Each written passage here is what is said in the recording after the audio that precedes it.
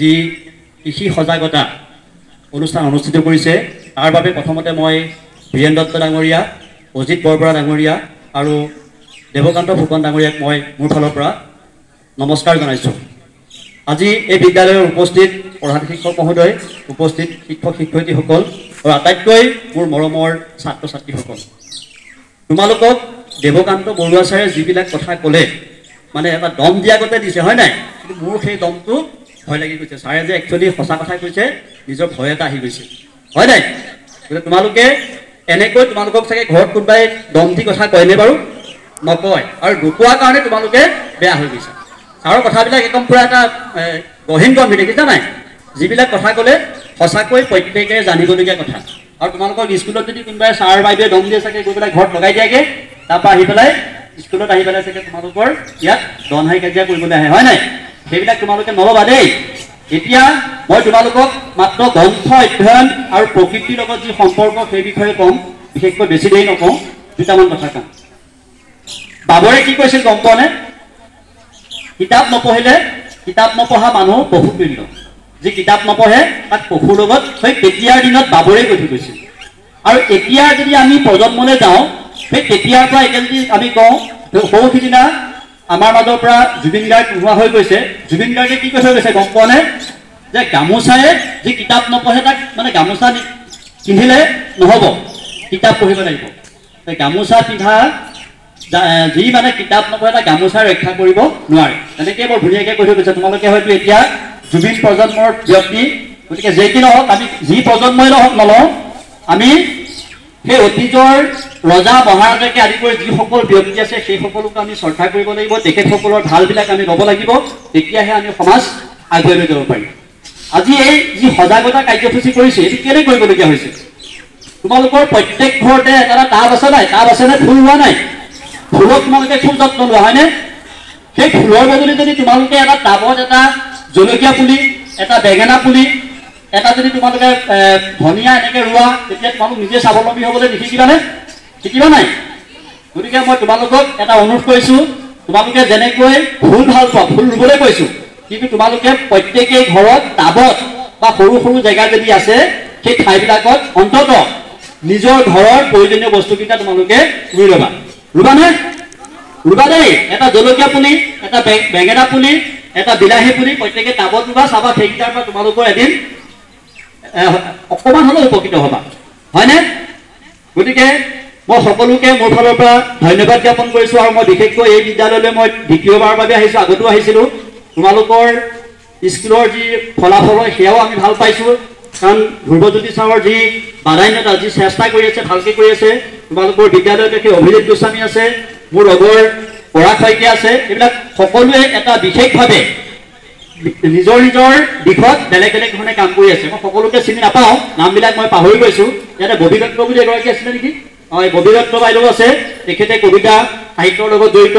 বহুত প্ৰতিভাধৰ ব্যক্তি আছে। তোমালোকে মাত্ৰ তেখেতসকলৰ পৰা শিকি ল'বা। এতিয়া তোমালোকৰ শিকাৰ দিন, যিমান শিকিব পৰা সিমান তোমালোক আগবাঢ়ি যাব পাৰিবা। বুজি পাইছানে? এতিয়া এই কিতাপ পঢ়াৰ কথা যে কৈছোঁ, মই তোমালোকক এখন সৰুকৈ মই মানে এটা গোহাৰি টাইপত বনাই আনিছোঁ। তোমালোকে প্ৰত্যেকেই নাপালেও সকলোৱে মিলা মিলি কৰি পঢ়িবা, কিতাপ কিয় পঢ়িব লাগে। এতিয়া যে আমি এই ছাৰ দেৱকান্ত ফুকন ছাৰে ক'লে, অজিত বৰবৰা ছাৰে ক'লে, এইখিনি যে তোমালোকক ক'লে, এইবিলাক ক'ৰ পৰা কৈছে? তেওঁলোকে কিতাপত পঢ়ি পাইছে, হয়নে? কিতাপ পঢ়িব লাগিব। এতিয়া এনেকৈ যে ক'লে যে ভেদাইলতাই কি কৰে, নৰসিংহই কি কৰে, সেইখিনি কিতাপতো আছে। তোমালোকে কিতাপ পঢ়িব, কিতাপত সেইখিনি পাবা। এতিয়া মই শেহতীয়াকৈ এটা কথা কওঁ, মোৰ হাতখনত বুজিছানে এটা ঘটনা হৈছিলে। ঘটনা মানে কি, একেবাৰে দেৱালীৰ সময়ত বহি এটা ফুটি পেলাই গোটেই হাতখন অৱস্থা বেয়া হৈ গৈছিলে। মোক সকলোৱে কৈছে ডাক্তৰৰ ওচৰলৈ যাওক, মই ডাক্তৰৰ ওচৰলৈ নগ'লোঁ। কি কৰিলোঁ গম পোৱা নাই? কেহেৰাজ চিনি পোৱা? কেহেৰাজ গছৰ মানে চেপি পেলাই যিটো ৰস দিয়ে, ৰস দি এই ধৰি উঠা জেগাডোখৰ দি দিয়াৰ ফলত মানে গোটেই হাতখন আগৰ লেখীয়া হৈ গুচি গ'ল। যদি মই সেই কেহেৰাজ নলগাই ডাক্তৰৰ ওচৰলৈ যোৱা হ'লে কি হ'লে, পটককৈ ফুটাই পেলাই চিলাই দিলেহেঁতেন, আৰু চিলাই দিয়া হ'লে কি হ'লহেঁতেন, সেই মই আগৰ শ্বেপটোলৈ নাহিলেহেঁতেন। গতিকে আমাৰ ইয়াত যে ইমান ধুনীয়া ঔষধি গুণ আছে, ঔষধি গছ গছনি আছে, সেই সকলোবিলাক যদি আমি ব্যৱহাৰ কৰোঁ, আমি নিশ্চয় আমাৰ স্বাস্থ্য, আমাৰ মন মগজু দৃঢ় হৈ থাকিব। বুজি পাইছানে? বুজি পাইছা? গতিকে এইখিনিকে মই তোমালোকক ক'লো আৰু মই বিশেষকৈ বিদ্যালয় কৰ্তৃপক্ষক মই এটা মোৰ ফালৰ পৰা অনুৰোধ কৰিম যে আপোনালোকে যিখিনি গছপুলি ৰুইছে যদি সেই গছপুলিবিলাক বিশেষকৈ ফলজাতীয় গছপুলি ৰুৱে আমি দেখিছোঁ দেৱদাৰু গছ ৰুইছে তাৰ পৰা হয়তো ছাঁ অকণমান পাইছে দেখিবলৈ ভাল হৈছে তাৰ বদলি যদি আপোনালোকে এটা ধৰি লওক আপোনাৰ মধুৰিআমৰ পুলি ৰুৱে বা ফলজাতীয় বস্তুবিলাক ৰুৱে নিশ্চয় উপকৃত হ'ব ছাত্ৰ ছাত্ৰীসকলে তাৰ পৰা খাবও পাৰিব শিকিবও পাৰিব সেইখিনি আপোনালোকে মানে সেই ব্যৱস্থা কৰিব বুলি মোৰ ফালৰ পৰা এটা অনুৰোধ থাকিল এইখিনিকে ক'লোঁ গতিকে পুনৰবাৰ মই তোমালোকক ধন্যবাদ জ্ঞাপন কৰিছোঁ আৰু বিশেষকৈ ভাৰতীয় কিষাণ সংঘৰ বীৰেন দত্ত ডাঙৰীয়া অজিত বৰবৰা ডাঙৰীয়া আৰু দেৱকান্ত ফুকন ডাঙৰীয়াক মোক এইকণ সুবিধা দিয়াৰ বাবে মই ধন্যবাদ জ্ঞাপন কৰিছোঁ পুনৰবাৰ তোমালোকক নমস্কাৰ জনাই মই মোৰ বক্তব্য সামৰণি মাৰিছোঁ জয় অসম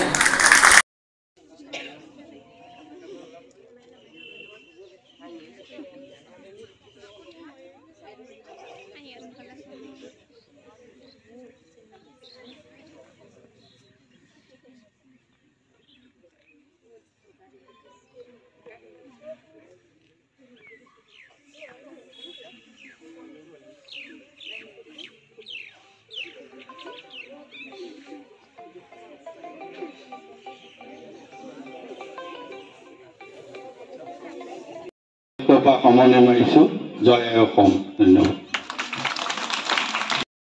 ঘৰৰ অৰ্থনীতি সবল কৰিবৰ কাৰণে আমাৰ পাপা আৰু মায়ে কি ব্যৱস্থা কৰিছে হয়নে তাৰপিছত তোমালোকে সেই ব্যৱস্থাটো কৰাৰ লগে লগে তোমালোকৰ এটা জ্ঞান আহিলে যে তাৰ পৰা গধূলিলৈকে আমিতো কৃষিৰ লগতে সম্পৰ্ক থাকোঁ আজি আমি ভাতটো কৃষিজাতে স্কুলতে গছ গছনি অনেকখিনি আছে তৰ্তিনতা এইখিনি হ'ল প্ৰকৃতি এইখিনি হ'ল সেউজীয়া আমি সেউজীয়াৰ পৰা কি পাওঁ বাৰু কোৱাচোন তোমালোকে আমি গছৰ পৰা কি পাওঁ হা অক্সিজেন অক্সিজেন নহ'লে আমি মানুহে নহয় কোনো জীৱ পৃথিৱীত জীয়াই নাথাকে আন্ধাৰ আৰু ৰু মানে পোহৰ গু মানে অজ্ঞান আৰু ৰু মানে জ্ঞান তাৰমানে আন্ধাৰৰ পৰা পোহৰলৈ নিয়াজন আৰু অজ্ঞানৰ পৰা জ্ঞানলৈ নিয়াজনেই হ'ল গুৰু সেইকাৰণে গুৰুক সদায় মানিব লাগে আৰু বাধ্য ছাত্ৰ ছাত্ৰী